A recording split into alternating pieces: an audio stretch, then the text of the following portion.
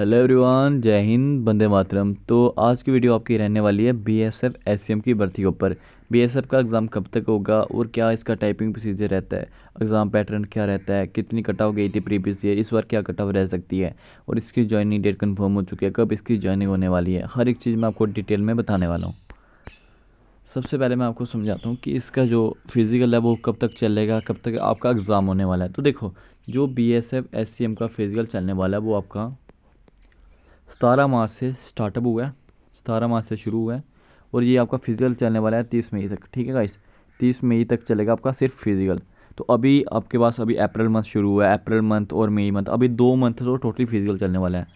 2 month तो आपका अभी फिजिकल चलने वाला है। ठीक है, उसके बाद क्या होगा, जब आपका फिजिकल ख़त्म हो जाएगा करीब 1 मंथ, सुनना ध्यान से, करीब 1 मंथ उनको लगेगा आपका रिजल्ट वगैरह निकालने के लिए। ठीक है, 30 to 35 दिन का अंदर अंदर वो आपको रिजल्ट दे देंगे फिजिकल का, कि आपका जो फिजिकल क्वालिफाई हुआ, जिन लड़कों ने क्वालिफाई किया है उनका रिजल्ट आता है कि ये आप फिजिकल क्वालिफाई कर चुके हैं। ठीक है, उसके बाद क्या होगा, जब आपका रिजल्ट आ जाएगा, ठीक है, जून तक आपका जो रिजल्ट आएगा, जून के 10-15 तक आपका जो रिजल्ट आ जाएगा कि आपका फिजिकल का रिजल्ट आ जाएगा। ठीक है, उसके बाद कम से कम भी 1 मंथ आपको और मिलेगा।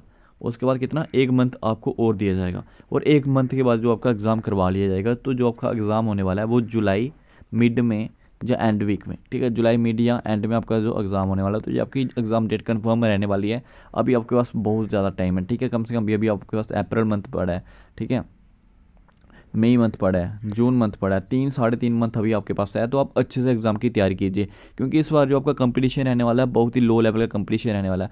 पहले वाले क्या होता था, जो आप प्रीवियस ईयर का अगर डाटा मैं थोड़ा सा समझाऊँ आपको, तो पहले वाले क्या होता था, आपका जो पीएसटी सिर्फ वही होता है, फिजिकल स्टैंडर्ड टेस्ट होता है, मतलब आपकी चेस्ट और हाइट मेजर की जाती थी, बस आपकी रनिंग वगैरह नहीं होती थी। लेकिन इस बार क्या हो रहा है, आपके पीएसटी भी करवाया जा रहा है, पीईटी भी करवाया जा रहा है, जिससे क्या हो रहा है, फिजिकल एफिशिएंसी टेस्ट। तो रनिंग, काफ़ी लड़के रनिंग इधर क्वालिफाई नहीं कर पा रहे हैं। टोटली 30 to 35% की रेशियो अगर मैं बताऊं, तो इतने लड़के इस बार फिजिकल आपका क्वालिफाई कर पा रहे हैं। तो आपके लिए एक गोल्डन अपॉर्चुनिटी इस बार रहने वाली है। प्रीवियस ईयर में कट ऑफ हाई इसलिए जाते थे क्योंकि प्रीवियस ईयर में आपका क्या होता था, ओनली पीएसटी होता था, पीईटी आपका नहीं करवाया जाता था। लेकिन इस बार आपका पीईटी भी करवाया जा रहा है। इस बार प्रीवियस ईयर के मुकाबले इस बार कट ऑफ है थोड़ा बहुत असर जरूर देखने को मिलने वाला है। ठीक है, ये मैंने आपको समझा दिया।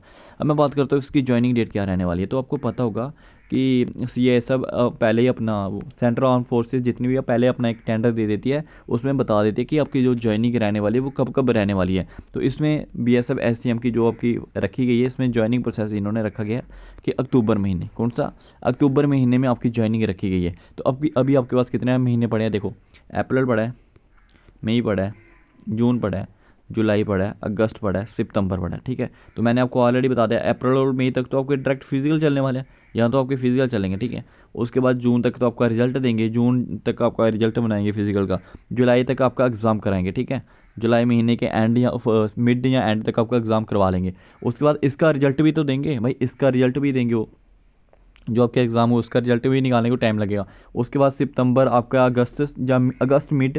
अगस्त मिड या सितंबर के फर्स्ट वीक तक आपका जो है ना वो करवा लेंगे टाइपिंग टेस्ट प्लस, इस बार क्या होगा, आपका टाइपिंग प्लस मेडिकल इकट्ठा करवा लेंगे जैन। ठीक है, क्योंकि इनको पता है अक्टूबर महीने में इन्होंने ज्वाइनिंग देनी है। तो आपका फास्ट, आपका जो प्रोसेस है ना वो काफ़ी जल्दी फास्ट ट्रैक रहने वाला है, आपका प्रोसेस बहुत जल्दी होने वाला है। तो आपके लिए एक गोल्डन मौका मिला है आपको इस भर्ती को, भाई आप गवाओ मत अपना, वो उस पर फोकस करो, एग्ज़ाम पे फोकस करो। एग्ज़ाम जितना आपके लिए एग्ज़ाम ज़रूरी है ना, उससे कहीं ज़्यादा ज़रूरी आपके लिए टाइपिंग है। ठीक है, तो टाइपिंग आपको अच्छे से करनी आनी चाहिए। जब तक अगर आपको टाइपिंग नहीं आती तो फिर आप एग्ज़ाम की तैयारी करने का आपका कोई भी फ़ायदा नहीं रहने वाला इस भर्ती के लिए। ठीक है, टाइपिंग की तैयारी आप अच्छे से करिए, बिल्कुल ज़्यादा से ज़्यादा कोशिश करिए कि पर डे 2 से ढाई घंटे आप टाइपिंग की लीजिए दीजिए। उसके बाद मैं बात करता हूँ आपका पूरा एग्ज़ाम सिलेबस क्या रहता है, क्या एग्ज़ाम पैटर्न रहता है, हर एक चीज़ आपको मैं डिटेल में बताने वाला हूँ। तो आइए, तो ये देखिए आपके सामने स्क्रीन पे दिखाई दे रहा होगा, ये आपका एग्ज़ाम सिलेबस रहता है। क्या होता है इसमें, आपको 20 क्वेश्चन आते हैं हिंदी के, आप चाहो तो हिंदी करो, चाहो तो आप इंग्लिश करो। ठीक है, 20 क्वेश्चन आते हैं, टोटली 20 ही मार्क्स होते हैं। एक क्वेश्चन आता है आपका 1 मार्क्स का, क्या, एक क्वेश्चन आपका 1 मार्क्स का आता है इस भर्ती में। मैथ्स के क्वेश्चन आते हैं 20 मार्क्स के। रीजनिंग की बात करूँ तो 20 क्वेश्चन 20 मार्क्स के। कंप्यूटर की बात करूँ तो 20 क्वेश्चन 20 मार्क्स के। ठीक है, उसके बाद आपका आता है क्लरिकल एप्टीट्यूड। तो ये भी एक रीजनिंग का ही पार्ट होता है, रीजनिंग की तरह सेम होता है, ठीक है। इसके भी क्वेश्चन आते हैं 20, तो टोटल मिला के आपके 100 क्वेश्चन हो जाते हैं, ठीक है। तो आप देख सकते होंगे 100 क्वेश्चन आपके आते हैं और 100 ही नंबर का पेपर रहता है, ठीक है। एक क्वेश्चन 1 नंबर का होता है, तो ये आपके टोटल 100 नंबर का पेपर रहता है। इसमें आपको अभी मैं बताता हूँ, हर एक चीज़ समझाने वाला हूँ। तो इस एग्ज़ाम में कोई भी आपकी नेगेटिव मार्किंग नहीं होती है, सामने आपको दिख रहा होगा स्क्रीन में। कोई भी इस एग्ज़ाम में क्या होता है, आपकी नेगेटिव मार्किंग नहीं होती है। तो आपने पूरे 100 आउट ऑफ 100 आपने क्वेश्चन क्या करने हैं, अटैम्प्ट करने हैं। और इसके लिए आपको टाइम कितना मिलता है वो आपको मैं इधर दिखा रहा हूँ स्क्रीन पे। इसके लिए आपको टोटल मिलता है 1 घंटा 40 मिनट, ठीक है। तो आपको दिखाई दे रहा होगा स्क्रीन में, इसको आप 2-3 सेकंड के अंदर अंदर पूरा पॉज करके देख लीजिए वीडियो। आई होप आपने ये सब डाटा देख लिया होगा। अब मैं बात करता हूँ previous year cut off. Previous year cut off इसकी क्या गई थी, तो आपको स्क्रीन पे दिखाई दे रहा होगा। प्रीवियस ईयर इसकी जो कट ऑफ गई थी एग्ज़ाम की, वो गई थी 86। 86 कब गई थी, जब आपका क्या हुआ था, सिर्फ एग्ज़ाम हुआ, ठीक है। सुनना पहले ये चीज़ समझना, सिर्फ आपका एग्ज़ाम हुआ, एग्ज़ाम के बाद जो आपकी कट ऑफ गई थी वो गई थी आपकी 86, ठीक है।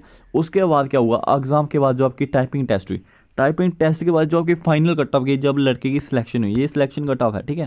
सिलेक्टेड कट ऑफ कितनी गई थी, 92। अगर किसी के नंबर 100 में से 92 नंबर आ रहे थे, प्रीवियस ईयर में क्या हुआ, अगर किसी लड़के के नंबर 100 में से 92 आ रहे थे, तो उसकी जो फाइनल सिलेक्शन है इस भर्ती में हुई थी कितने, 92 नंबर पे। तो इस बार जो अपने टारगेट करके जाना है, कितना टारगेट इस बार करना है, हर एक चीज़ मैं आपको समझाने वाला हूँ, ठीक है। तो ये आपको दिखाई दे रहा होगा जनरल का।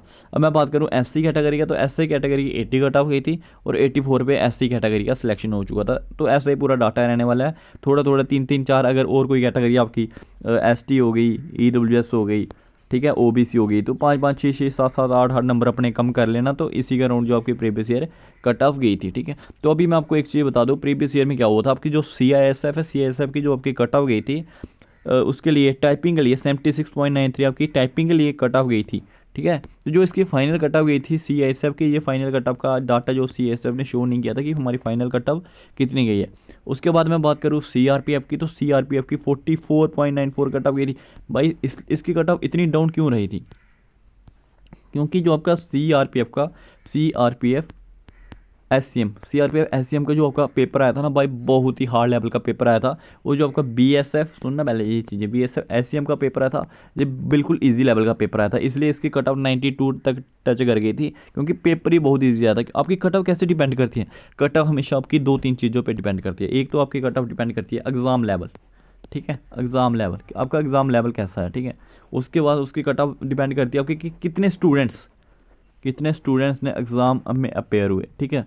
ये चीज़ें बहुत ज़्यादा मैटर करती है, क्योंकि एग्ज़ाम किस लेवल का एग्ज़ाम आया था। अगर आपका एग्ज़ाम हार्ड आता है तो ऑफकोर्स जो आपकी कट ऑफ है उसमें थोड़ा असर पड़ेगा, वो आपकी कट ऑफ थोड़ी सी ईजी चले जाएगी। अगर आपका एग्ज़ाम बहुत ही ज़्यादा हार्ड लेवल का आता है, अगर आपका एग्ज़ाम बहुत ही इजी लेवल का आता है, तो फिर आपकी कट ऑफ थोड़ी सी हाई जाने के चांसेस रहते हैं। तो ये आपकी कट ऑफ प्रीवियस ईयर में गई थी। अब कई बच्चों का डाउट आ रहा होगा कि इस बार कितना टारगेट लेकर चलें कि जो हमारा फाइनल सिलेक्शन हो जाए। तो मैं आपको एक ही इधर नंबर बताने वाला हूँ, अगर आप इस कट ऑफ को क्लियर कर सकते हो तो आपका जो इस भर्ती में बिल्कुल ईजिली तरीके से फाइनल सिलेक्शन हो जाएगा। भाई कम से कम भी आपने 80 प्लस का टारगेट लेकर जाना, कितने का, 80 प्लस का। 100 में से अगर आप 80 प्लस का टारगेट लेकर जा रहे हो तो आपको कोई ना कोई फोर्स जरूर मिल जाएगी, चाहे आपको बीएसएफ मिले, चाहे आपको सीएसएफ मिले, चाहे आपको सीआरपीएफ मिले। 80 प्लस का आप टारगेट करके जाना ही जाना है, ठीक है। तो जो इसका कट ऑफ जाता है वो ऑल स्टेट का जाता है, ठीक है, ऑल स्टेट का कट ऑफ जाता है इसका, ठीक है, कंबाइन कट ऑफ जाता है इसका, स्टेट वाइज कट ऑफ नहीं जाता कि जम्मू एंड कश्मीर का इतना कट ऑफ चलेगा, यूपी का इतना चलेगा, ऐसा नहीं होता। इसमें पूरा स्टेट ओवरऑल कट ऑफ जाता है, ओवरऑल कट ऑफ बनता है इसका। तो 80 प्लस का आप टारगेट करके चलिए अगर आपने इस भर्ती में सिलेक्शन लेना था। तो यही थी पूरी चीज़ें, आपको आई होप सारा डाटा अच्छे समझ आ गया होगा, कब इसका एग्ज़ाम रहने वाला है, कब इसकी ज्वाइनिंग डेट रखी गई है, पूरा सिलेबस क्या है, ये एग्ज़ाम पैटर्न आप अच्छे से एक बार चेकअप कर सकते हो। अगर इसके रिलेटेड कोई भी डाउट रहता तो आप मेरे को कमेंट करके बता देना, मैं एक वीडियो और प्रोवाइड करूँगा, आपको पूरा डाटा अच्छे से समझा दूँगा, ठीक है। इस मिलते हैं नेक्स्ट वीडियो में।